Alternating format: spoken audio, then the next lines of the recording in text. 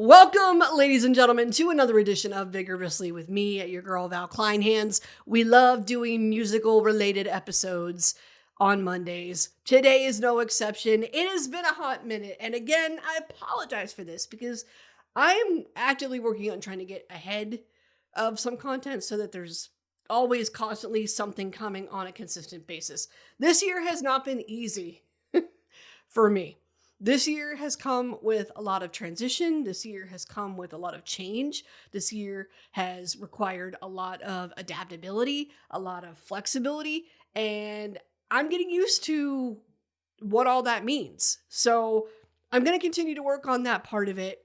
Thank you for being patient in the meantime, but I definitely wanted to tell you about what I have been up to lately, and that is why this episode is called Spiritbox, Aerosmith and Yungblud. Oh my. This is what we're doing.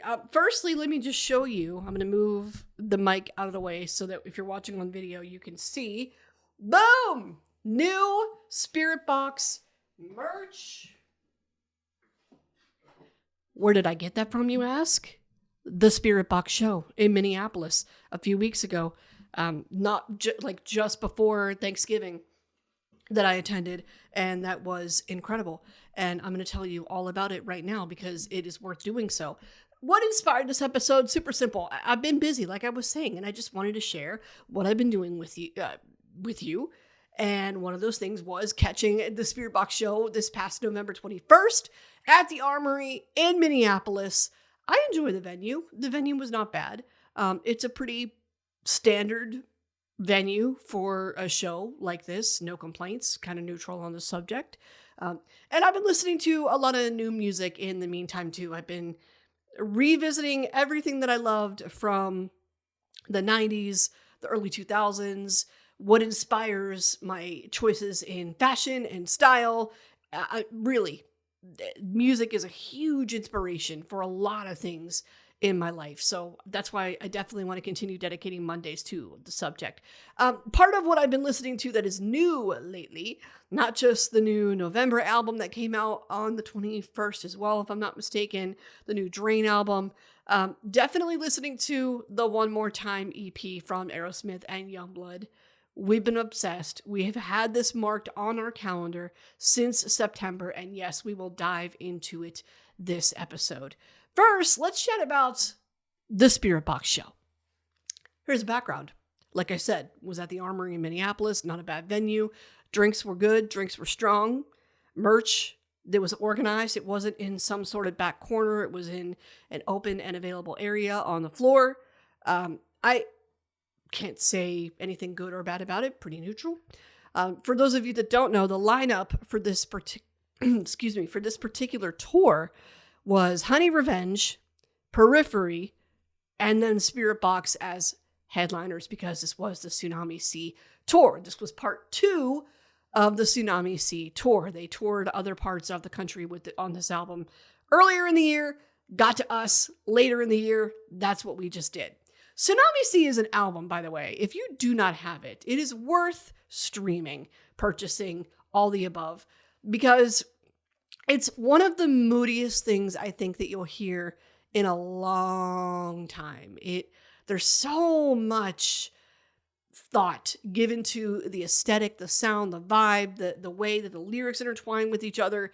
And that came out in the physical manifestation that was the show.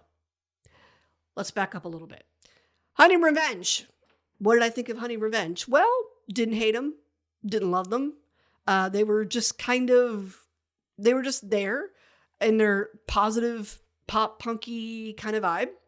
They, I appreciated the purple coordination. They gave some thought to their show as well.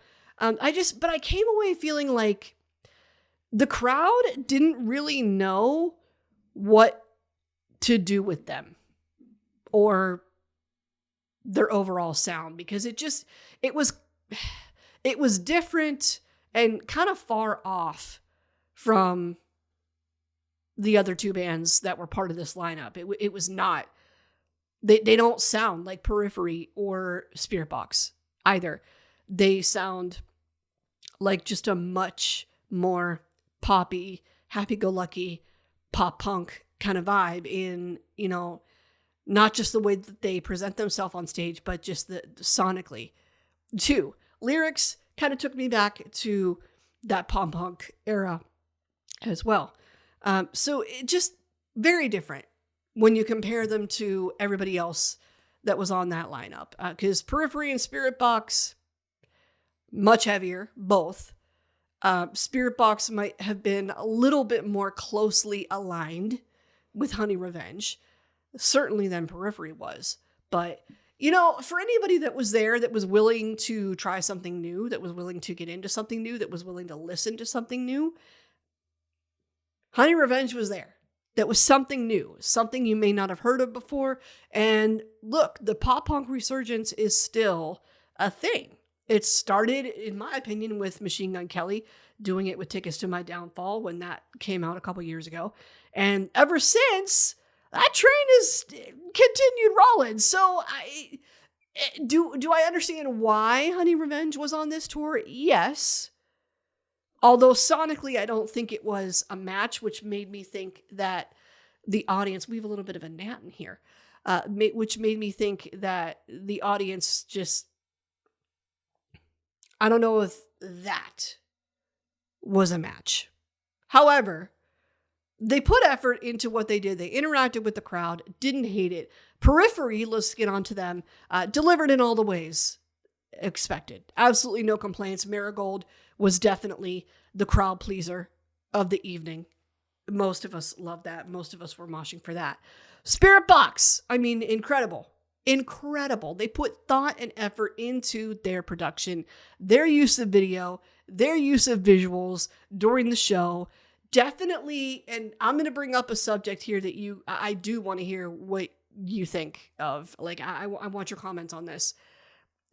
What they did with their visuals and their production reminded me a lot of what Lorna Shore did with theirs when I saw them back in October. The similarities were that there was video that was sort of cascading across the entire setup behind the band and in front of the band on these ledges, I guess I'll say, where the drummer was seemingly just like elevated and then the rest of the band was on the ground floor, we'll say, on the stage, right? And there was video playing on everything but the floor itself. Spiritbox sort of mimicked that a little bit. And then I just had the question, okay, this is the second time that I'm seeing this now. I don't know if Spiritbox and Lorna Shore are friends personally, and perhaps they discussed this, and perhaps they exchanged ideas. Certainly possible. Metal is a small community, but it also wasn't a direct copy situation either. But I do appreciate that because I do think that it helps us see the drummer. Like it helps us get the full visual and get the full presentation of what these artists are trying to create. So Lorna Shore did it with their setup for their tour. Spiritbox also did it with theirs, with just moody Tsunami vibes, the black and white that they're known for, like just nature, black and white imagery, Tsunami imagery, imagery that alluded to mental illness or the struggles thereof. Like it just cascading across the whole thing. Clearly, Spiritbox put thought into setting a mood for what is a very moody album. They kept that at the forefront of their mind. That was obvious to me. Here was something else that was interesting. About, I want to say halfway through their set, there were these gaseous bubbles that were that were coming down and just kind of just dissipating into the crowd and over the crowd. I don't know what they were. They didn't smell like anything. It was just, it was kind of like, oh, we're in water. They want us to feel like we're in water. So shout out to Spiritbox and their production team for giving us the full Tsunami Sea experience. I appreciated it. They made every effort to capture the album. here's something else that was interesting. If you've ever wondered if Courtney LaPlante is the kind of singer who will stop the show when things get too rowdy, she is. Good on her. That's what we want to see. That's what we want to see. She will. I did notice that there were people surging to the front, and they were constant crowd surfing. A little bit of moshing, some songs more so than others. And Courtney did stop the show when she noticed that the security presence was getting heavier and heavier. The flashlights were out. She was just like, I just want to know y'all are all right. Essentially, this is what she said. You look great. I don't mean to imply that you all look like you're gonna pass out. Just whenever I see the little flashlights going and stuff. And I see a lot of very fierce fans like just watching in the audience as well. So that's just making me feel like people are passing out like of heat stroke, you know? Like an old Southern lady. Okay, I'm gonna get back to, you know, being an evil demon. I just wanted to make sure. We love you guys.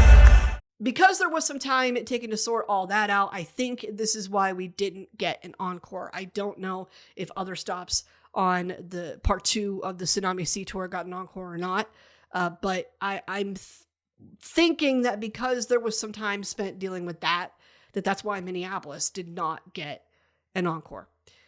Holy Roller, Soft Spine, Perfect Soul, they were definitely the biggest crowd pleasers. The girlies obviously want to know what Courtney was wearing too, so I will tell you. I mean, gorgeous as always. Vinyl leather situation, of course, with this, it was like a vinyl leather tank top with a similar form of fabric skirt pant look with like, remember how in the early 2000s, chains would sort of crisscross behind pant legs and stuff like that? That was also her vibe as well. It wasn't literal chains, but it was like fabric, well, leather vinyl pieces that did, and they crisscrossed. They went from her sides and crisscrossed like behind her.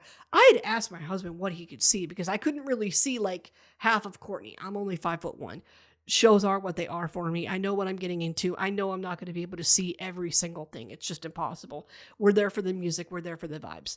So, but to actually see what she was wearing, I could only see like the top half. So I had to have my husband confirm that that's what she was wearing.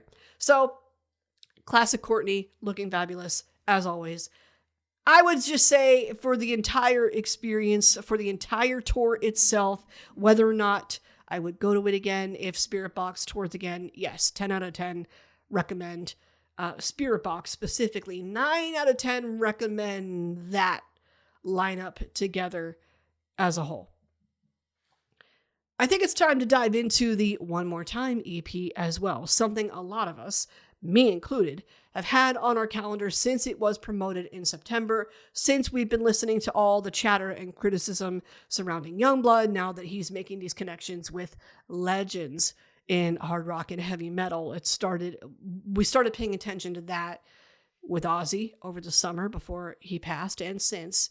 And then in September, we start hearing rumblings that Yungblud is doing some things with Steven Tyler and Joe Perry of Aerosmith. Weren't sure what that was. Eventually, we find out it's a new EP. So this brought Aerosmith to the studio, by the way, for the first time in 12 years, which, if Yungblud can do it, do it. Do it. I mean, all of us, just, this isn't shade, it's just timelines. All of us, most of us, have been Aerosmith fans for longer than we have been Yungblud fans. So if there needs to be some new Yungblud to get them out here again, let's do it. I'm not going to hate on the man for doing that. So there's something for everybody on the One More Time EP. Basically, we do have some new songs. We have some new Aerosmith material and Yungblud material. We have a ballad and 1,000 Days. Didn't hate that. I love an Aerosmith ballad. I love a sappy 90s Aerosmith ballad like the trifecta that is crying crazy amazing. It's in that vein. It's in that vein, y'all. So if that has captured your heart in any way, give 1,000 Days a chance. A remix of an original, I should say, is also included for fans who are on the traditional side of things like me. Goes back to Back in the Saddle. There's a remix of Back in the Saddle.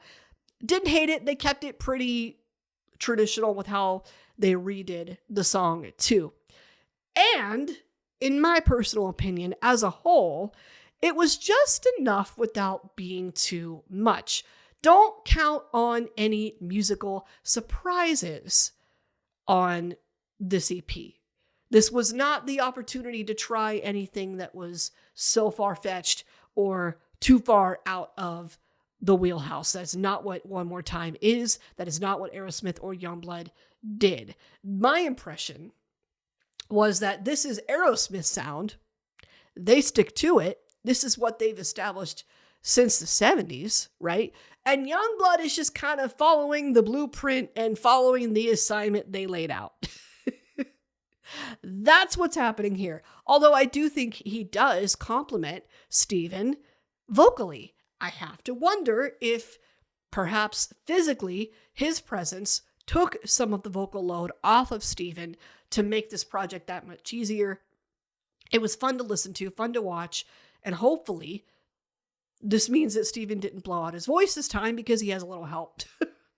So that's what I was looking forward to. There's a 49-year age difference and they can still work together.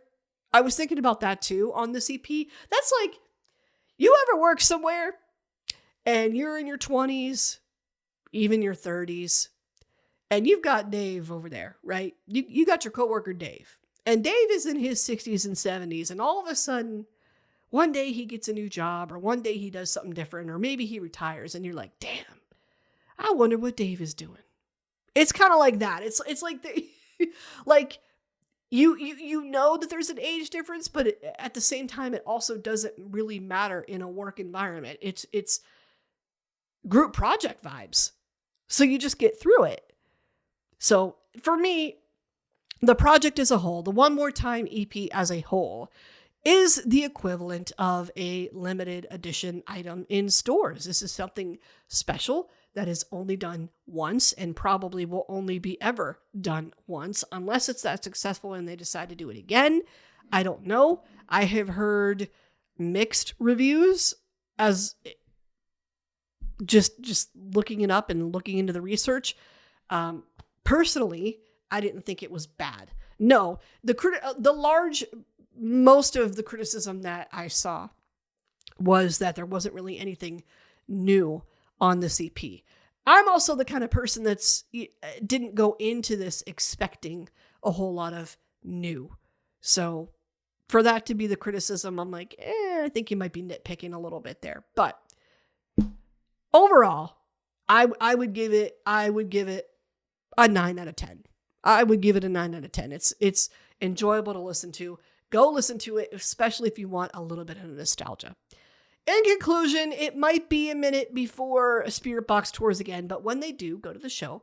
And I do think that old and new fans will love One More Time. So get your hands on it if you haven't yet. Check out the tour again if you ever get the chance to see Spiritbox again. They kind of have, they've alluded to the fact that they might take a minute before their next project, before their next tour. Spiritbox has had a very busy 2025, so I don't blame them.